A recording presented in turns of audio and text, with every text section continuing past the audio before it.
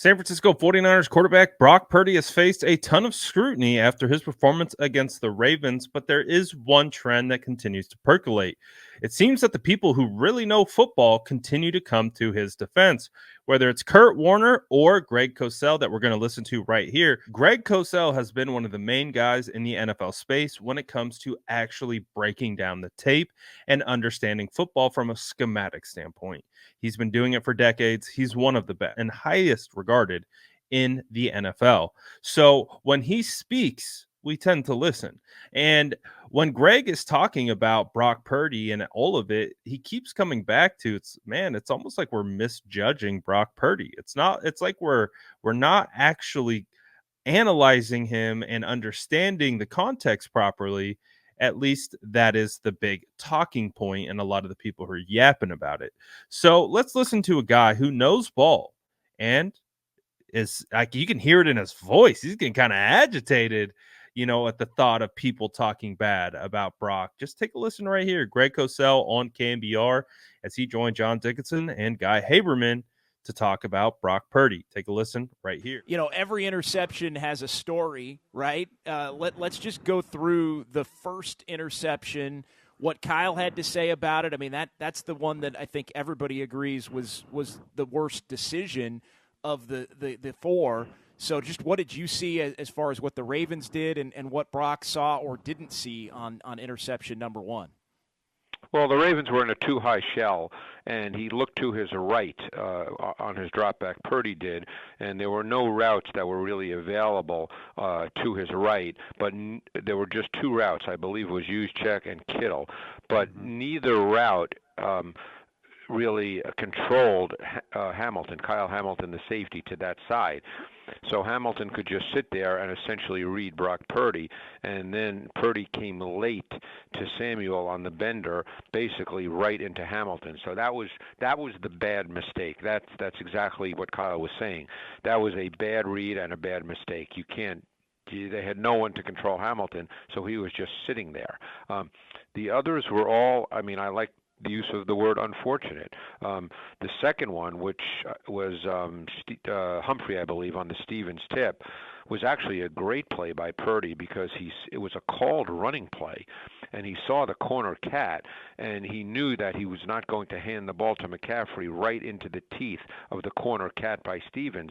So he knew exactly what to do, and he was throwing the quick screen out to Samuel, and there was a safety 10 yards away. That could have been a play where if Samuel catches that ball, and makes Williams miss, that could have been a touchdown for the Niners. But Stevens made a great play, and tip balls then become fluky. It could have been incomplete just as much as it was an interception. Then the third one was the one where he ran around. You could argue that maybe he shouldn't have done that, but we've also seen him make plays when he runs around. Now, if he saw the penalty flag, maybe he kind of knew that, and I don't know this, only he could tell you that. Maybe he knew that it was a holding, and he just figured, hey, I'm going to run around and try to make a play. Well, who knows? And then the last one, his arm got hit. So, the last three were kind of strange and fluky and weird, whereas the first one was absolutely just a really bad read and a bad throw by Brock. After the game, one of the Ravens defensive players said that very matter-of-factly, he said when asked to explain their success against the Niners pass game, he said, well, Purdy's a spot thrower, and we just have to know the spots and get to the spots. Maybe that's part of the first one. I do wonder on the second one, as freaky as it is when you get a tip ball, Stevens seemed very comfortable. He came to a stop. He didn't rush Brock. He saw exactly what was happening in front of him and made a really good play on the ball. What do you think of that comment by the Ravens defense? He's a spot thrower, and we just have to get to the spots. What does it mean to you, and is it a weakness? No, because everybody knows that. That's not news. That's what the Niners' pass game is. That's one of the reasons why Purdy is Purdy, because he's an anticipation thrower. He's as good as there is in the league at being able to do that. That's not a new theory that the Ravens have come up with. Everybody knows that. I thought I thought once the game started to get a little out of hand, I thought they had a pretty good feel for how to play them, and that's where I also agree with Kyle. I think that that Purdy became a little uncomfortable after all this happened, but the idea that they knew about the spots, that's what their pass game is. So that is not something that only they know. Everybody tries when they play the 49ers based on understanding their formations, based on where the splits. They try to have a sense, tendency-wise, of what the routes are going to be, and you try to get into those lanes and into those windows and get to those spots. So, they also had a lot of good plays. I mean, they had 230 yards of offense in the first half, and that included 3 turnovers. They were essentially marching right up and down the field. And again, they had the 3 turnovers, and who knows what would have happened if those didn't occur. They did occur, but they really had no trouble moving the ball in the first half. So you don't view that as a weakness or a flaw? It's just part of the offense that it's chess, and somebody's going to win one of the plays and somebody's going to lose one of those plays?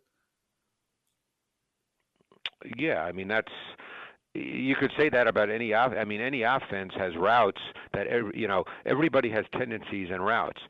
That's like saying a flaw in the Dolphins defense is that they hit Tyreek Hill on in-breaking routes. I mean, that's what they do. Everybody in the league knows that. Some teams defend it better than others. It doesn't mean that it's a flaw. That's what their game is. I would say, and I think you'd probably agree, that the Niners have done it pretty well, don't you think? Oh, there's no question. Yeah, but the Ravens were talking as if, and you're saying they've figured. They're talking in generalities that this is how you have to play against the Niners. Based on what you just told me, and I didn't hear the comment, but based on what you told me, it sounds to me like what they're basically saying, hey, when you play the Niners, you've got to get to the spots because that's the way you play them, because that's the way their pass game functions, is the ball's thrown to spots. I mean, I can show you numerous plays this year where Purdy released the ball before the receiver even began his break, and if I showed you those plays, if you were sitting in my office and as Purdy started to separate his hands, I said to you, who's he throwing it to? You wouldn't know, because he's such a great anticipation thrower, because he throws to spots.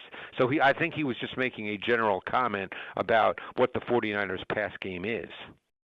We're talking about the third interception, the interception with the penalties on the field, and you referenced, Brock would know, only Brock would know. He did say after the game, basically based on the body language of the offensive lineman as he was going through scrambling, trying to make something out of nothing, he could tell that the penalties were probably against them, and so right.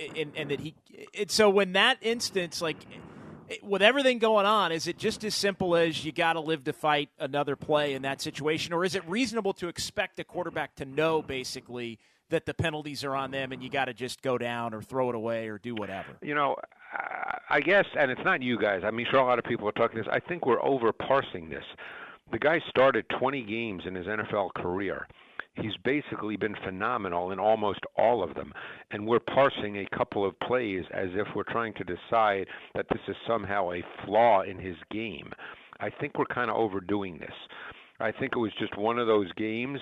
The ball got tipped up in the air. What if the ball hit the ground? Would you have asked me this question? And again, this is no knock on you guys, but would you have asked me the question if that ball, when it got tipped, landed on the ground? Well, no, I mean... No, you wouldn't have, because there wouldn't have been a turnover. So I think we're parsing this a little too much. The guy's been phenomenal in almost every game that he's played. Without a doubt, Greg. I think the question, though, is he has had a tendency, and Kyle Shanahan has referenced this, as great as he has been, he has had a tendency to look to basically play a little bit of hero ball in some instances like that, which have led to touchdowns on a couple of occasions where Kyle Shanahan has said, hey, that was a bad decision. I don't want him doing that. So I do think it's something. And you're right. I remember he threw a touchdown to Ayuk. Yeah, I remember he threw a touchdown to Ayuk earlier, maybe 4 or 5 weeks ago. That was actually a poor decision, and it ended up being a touchdown. But I don't think. I think that Kyle's right, and that's a coach wanting his quarterback to play to perfection on every single snap. I think in the overall body of work, there have not been the sample size of those kinds of plays has not been anywhere near large enough where you'd say that's a problem. He's also made a number of plays outside of structure that many view as a real positive in their offense because, Jimmy Garoppolo, let's say, couldn't do that. So, a lot of people are excited about the fact that he does have the ability to make plays off script and outside of structure. Whenever a quarterback tries to do that, there's always a balance.